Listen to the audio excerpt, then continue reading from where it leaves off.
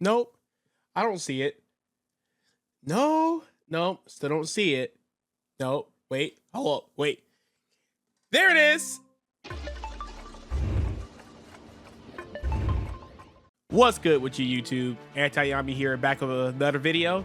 And for some reason, I don't know if I'm having some type of like mucus attack or something. This has never been a thing ever in my life, but I still feel stopped up. So if I sound a little funny, I apologize. But I'm here to discuss what happened today in the EU with my boy Digabui. I don't know how he did it with Fire Kings, pure Fire Kings, with extravagance in his deck, which means his extra deck wasn't really that crazy. That was probably one of the cheapest deck lists. Well, I would say that because it's Ferraros and stuff in there. But as far as a core, that's ridiculous. I wanted to have a little bit of discussion on how I can take away from this with my deck building, my experience as a Yu-Gi-Oh player, and why didn't I top at the YCS, right? With a deck that I feel like it's better than Fire Kings, but yet he made it to finals, and yet he won. So a little bit of takeaway from Digabui. I met this guy probably twice whenever he came to the US and have spoken to him. I think the last time I spoke to him, he was playing like either Pearlies or Going Second Sprites or something like that. And honestly, he plays what he likes. He plays what he likes, and he understands how the game works, the meta calls, the type of cards he needs to put in his deck. He understands peak deck building, but more importantly, he understands technical play. And it's just insane how good he is at the game. He is insane. If you guys haven't checked him out, make sure you go back and watch those matches, because they were some of the most peak Yu-Gi-Oh I've ever seen in a long time. Like, there was time to like, oh my god, he lost. I wanted him to win, but I'm like, there's no way he wins, and then he wins. Very nail-biting sets, very exciting, very good, very good stuff to him. So shout outs to him. But enough talking about that. Why am I making this video based off of what just happened in the EU? I come to say this, and not just from a White Forest perspective, because I love White Forest. I'm probably going to play that deck until, I don't know, White Forest 2 comes out. I don't know. But I think just based off of his experience and him going through the entire weekend with a deck that I would think will be tier 3. I wouldn't even put Fire Kings on the tier 2 spectrum. I would at least put White Forest on a tier 2 spectrum. At least, at the very minimum, I would do that. But how come I didn't top? Given a take from Yu-Gi-Oh, right, saying that, hey, it's a TCG game. Sometimes it's your day.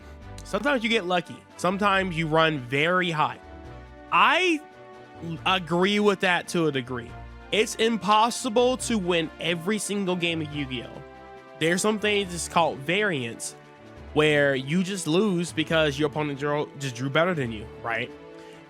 For example, in my round 2 match in Orlando, I literally had a 7-minute match versus Malice. I don't think he played better than me. I just think he just out-varianced me by dropping Shifter twice, and my hand was very good. If it was any other hand trap, Droll, Charmies, I would have still put up something.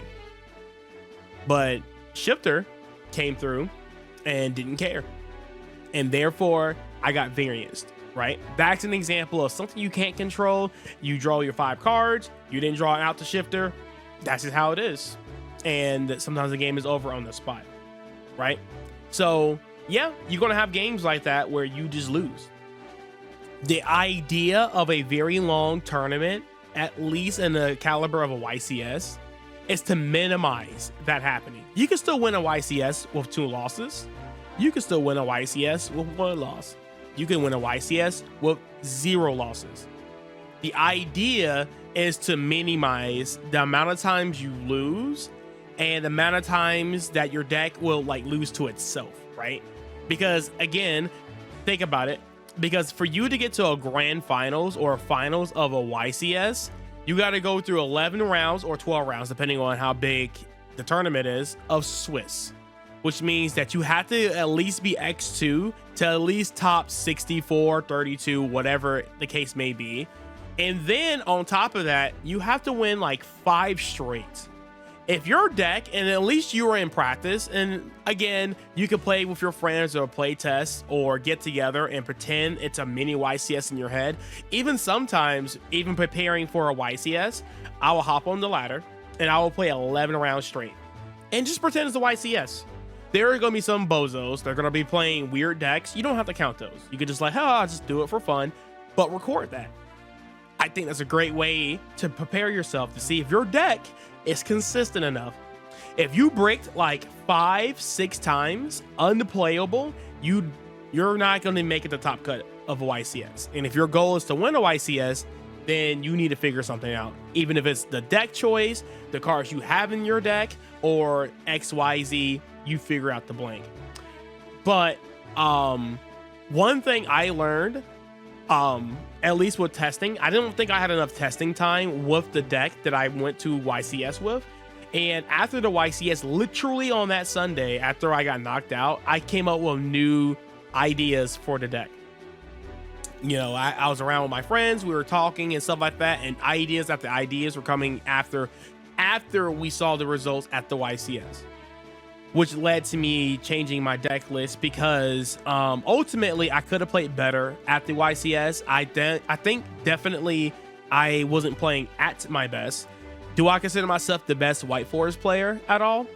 No, I don't think so. I don't even think I'm like top 10 best White Forest player. Do I consider myself a really good player in understanding the fundamentals of a game state, what plays I should pick, which one loses to what hand traps, sequencing? Yeah, I think I'm pretty strong in that. Do I still make mistakes? Absolutely, right? But the goal of a tournament or use a Yu-Gi-Oh match is to minimize the mistakes you're presented with. And there are some game states where you lose, but there's like this one little mistake that your opponent did, and that could be enough to turn around and win a match. So again, I'm making this video and I promise I'm going to be done yapping after this, but I just had to do this because I really like him winning with Fire Kings. Just opened my eyes to like any deck can do it if you put the time into it. It's going to be harder. Yeah, I think Fire Kings was probably the harder choice, but honestly, I feel like it has a decent matchup into Ryu's in a way, right? Because I feel like they can just detonate a pop field spell. Field spell blows up your entire field. That stuff are going second, right? But when it comes to the actual monsters and the grind game that the Fire Kings present, I don't know. Maybe he was onto something. You know, maybe we need to dig a little bit deeper. Who knows? What if Denkabooey won with Unchained? You know what I'm saying? I feel like it has similar strengths where if Detonator pops the monsters, they float. But I don't think Unchained has like an insane grind game to the degree of Fire Kings. And maybe Fire Kings has some slight advantages over that. Is probably why he didn't take that per se. But Denkabooey himself takes decks that he likes to play, makes them good. He performed very well. If you remember in the Thunder Dragon format where he took Prank Kids, which everybody thought that deck was like unplayable, tier 5, whatever, ended up winning. So just because it's a Malice and Rigel format, there's still other decks that actually do very well with those two decks being the best deck. And no, you can't play Flundereeze because Malice is playing Shifter. That's Flundereeze is a whole different kettle of fish when it comes to, you know, viability. Remember that breaking thing, 11 rounds? Yeah. Draw like what, 23 hands or 30 hands with that deck and see how many times you break. If it's more than like 8, then you're definitely going to be at side events. But yes, again, I'm working on some replays that showcase the deck I'm playing and some of the like play-by-play. I won't make them as long as the other replays I did because I think I was like, what, 15 minutes for like one game or whatever. But I kind of want to speed through and show some of like the technical plays, which I think comes up a little bit more than deck building. Deck building is very important, right? I think it's very, very important. But I think technical play and logic and sequencing is also a very key play of, I think, where a lot of players don't focus on, right? And the reasoning why you should play cards in your deck instead of like, oh, well, it's a good 2 of, it's a good 1 of. If you have a reason why a card is at 2 of, or if I ask you, hey, why are you playing this? And if your answer is, I don't know, then you need to fix that, right? You need to have reasoning and logic for everything that you put into your deck list, right? I try to make reasoning as much as possible with my deck list. And there's some things I stick in my deck and I'm just like, I don't even know why it's there, but I want to test it just to get some information. And then later on, it comes to the conclusion of why I'm playing it. But if you are at a YCS or a regionals and your answer is, I neck deck this guy, I don't know why he plays it, but it may be good to you, that could be, oh, the card wasn't that good, it never came up that often. But then to the person that actually, let's say, plays your deck and understands why that card comes up, and then he goes, oh my God, this card was crack all weekend, something wasn't right. And just because you see it in a deck profile doesn't mean it's correct. You need to have reasoning. Maybe it was only good for 1 weekend, and then once people figure it out that it's a thing, maybe it's not good anymore because the surprise factor is very good. One card that I've noticed that a lot of White Forest players were playing, or now playing, is Queen Azumina. So let me break down why exactly I started playing Queen Azumina in my deck, and the reason why I think it's like not a great card.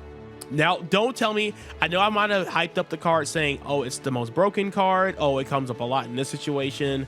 Don't let that fool you that the card is still a brick. It does nothing by itself. And the problem with the White Forest deck is that there's a lot of cards that don't do anything by themselves. They need other cards to perform. And adding more cards to your deck that don't do anything on their own is very, very bad. And I don't think Queen Azumina raises the ceiling that crazy, but I'm still going to play it because I find very big utility with the card. It comes up in some lines where I'm like, man, I want a Simple Spoils card, but I want a body out of it. And it comes up in those situations where I think a lot of people will put it in the deck and don't know why it's in the deck. They go, well, I think Yami say it's good, so I gotta play one. And then people come up to me and like, oh, this card is not that good. And to their faults, they might be right. The card is probably overhyped. I think that card can be 100% cuttable. It'll probably make your deck more consistent. And also you could probably have more non-engine space for it or whatever. But everybody's journey to an end goal of your deck list is different. I'm going to continue to play Queen Azumina because I find value in having a Simple Spoils tag to a monster where she's the only card that's like that. And she helps me push, and she actually helps me LTK a lot. I'll be releasing a video on, I wouldn't say a master class. I won't call it a master class. But I'm going to go over every single card in my deck list, and I'm going to explain its role, why it's in my deck, if it's a brick, extender, starter, multiple roles, engine requirement, or a card that you could possibly cut, and things in that nature. So look forward to that video later on this week. I will be breaking down every single card in my current build right now, and I might go over some extra cards like Chorozo, and other things like that, kind of like special editions, and give them the stamp, this is why this card should be in your deck type deal. So if that sounds interesting, let me know in the comments down below. My next video, I'm gonna go over some replays of some technical play and things of that nature, but I won't call it a masterclass, but I will go over every single card from my perspective. It won't, I mean, I'm sure people will disagree with it, but at least from my side of the table on why I play every single card in my deck, like an analysis. And then we'll probably work on another video where I talk about White Forest matchups, where we'll go into the best decks and then we'll go down the tier list and we'll have a match or so, or maybe like how to go first and second versus every single matchup, and go from there. So yeah, a lot more White Forest content coming up, and plus I am working on a deck list for post alliance. Still learning a lot of the cards in the deck, and I've been playing, testing it, and I'm gonna tell you right now, Malice in the new format is insane. That deck high key might be tier 0 if it wasn't for Ryzios getting that erratic support. But I think Malice is crazy, especially with Shifter that can literally just skip your turn for free and it can main deck it. Yeah, it gets a little crazy.